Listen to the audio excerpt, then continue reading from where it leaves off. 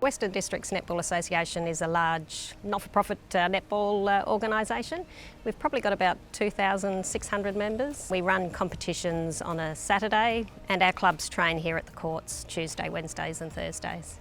I'm currently Senior Vice President at the club. When we were looking for a COVID safety coordinator, that job fell in my lap. I've been on the association committee for about 11 years. We had a staggered return. When we were in stage 3, clubs were allowed to come back and train with limited contact. So it was mainly footwork skills, ball skills, those sorts of things.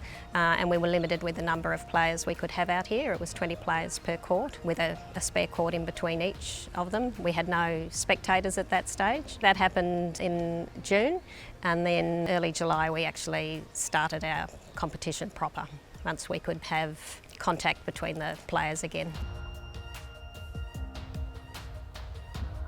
Yeah, the COVID Safe Industry Plan was very useful. It provided us with guidelines for all aspects of our competition and operations, so we found it quite helpful. Some of the COVID Safe practices that we've implemented they probably fall into 3 categories. Physical sorts of barriers that we've put up, so barriers around the courts, screens that we have at our front counter, those sorts of things. So we had those physical components. Then we have various hygiene protocols that we've put in place.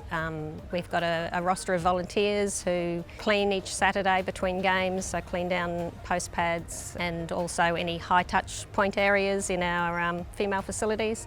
They get cleaned after every round. And we've also adopted a lot of communication strategies to inform our members about what our protocols are. Using social media, Facebook, Instagram to communicate messages.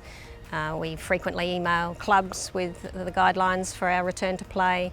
And on game day itself, we use our PA system to remind people to check in using the check-in app to socially distance while they're off the courts. And we also have volunteer committee members who walk around the grounds on a Saturday as well, just reminding people to remain socially distant. Probably the hardest new practice to put in place was enforcing social distancing. People naturally congregate when they're together and wanting to watch their daughters play netball. Having those regular reminders for people and actually reminding people on the day has been most effective. We have said that if need be, we'll stop a game and tell people step apart and do practice that social distancing, but we haven't had to actually implement that. We found out about the positive COVID results on a Wednesday afternoon. I received a phone call from the public health unit and they advised me that we'd had a positive case at the grounds on Saturday the 28th of August. Once we got that phone call, we all sprang into action to make sure that we could deliver all the information that the public health unit needed. So the first thing we did was to gather all of our contact tracing information. I contacted Netball Queensland, our governing body, who hold all of the data from our check-in app, and they were able to provide contact tracing information for spectators who were here at the day. And then we downloaded some information from My Netball, which had contact details for all the players who were here at that time as well. We did ask whether we could conduct training that afternoon because we had a couple of clubs who were training on Wednesday afternoon. Initially they said that that was fine to happen, so we allowed clubs to continue, but then a couple of hours later we got a phone call and they said no to cancel the training that afternoon. And then as an association we decided to cancel training for the rest of the week and the games that coming weekend. We did organise a deep clean after those positive cases. We contacted a cleaning company that we've used in the past and they had 4 or 5 people here cleaning for about 6 hours. We cleaned our canteen, our female facilities, the front office area, and that all came to about $2,300.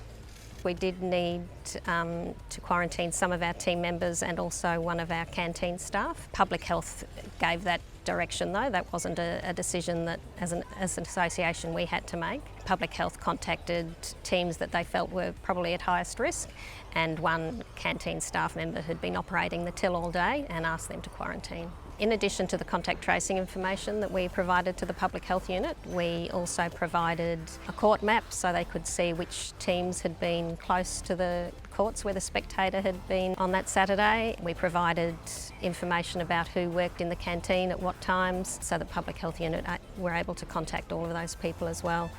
And then I just drew a bit of a mud map of the canteen so they could see what the flow of people was for our canteen operations.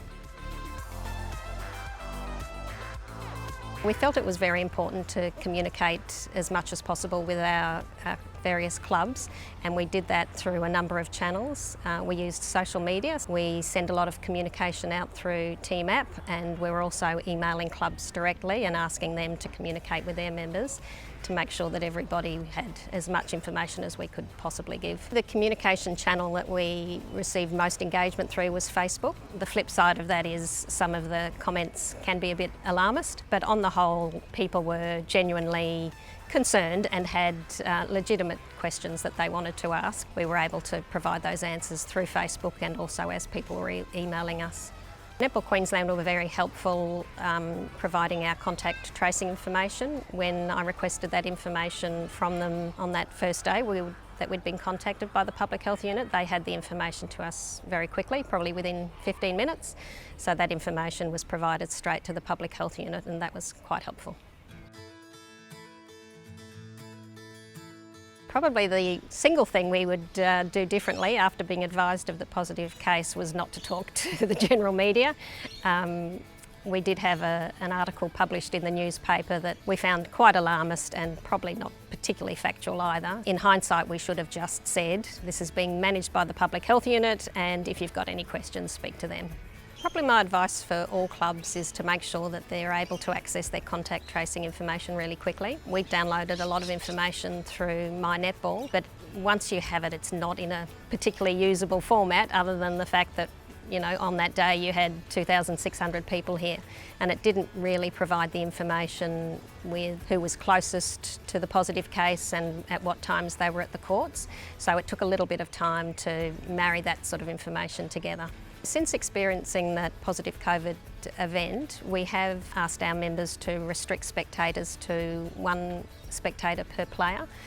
Previously, we didn't have restrictions on the number of spectators, but just having that 1 spectator per player seems to keep things in people's minds that they do need to make sure that they're socially distancing, and we've got less people here obviously, but it also seems to be a little bit of a reminder for people to practice social distancing while they're here. Our revenue obviously has dropped significantly this year. We wanted to make return to play as affordable as possible for all of our members, so we did cut down our registration fees, but we have been very fortunate in accessing grant funding from both Queensland State Government through Sport and Rec and also the Brisbane City Council, who have provided us with some funding to meet our COVID safe plan and also to meet some operational costs. So that's been very gratefully received, and some of those funds have also been used to allow us to provide a shortened season for our members.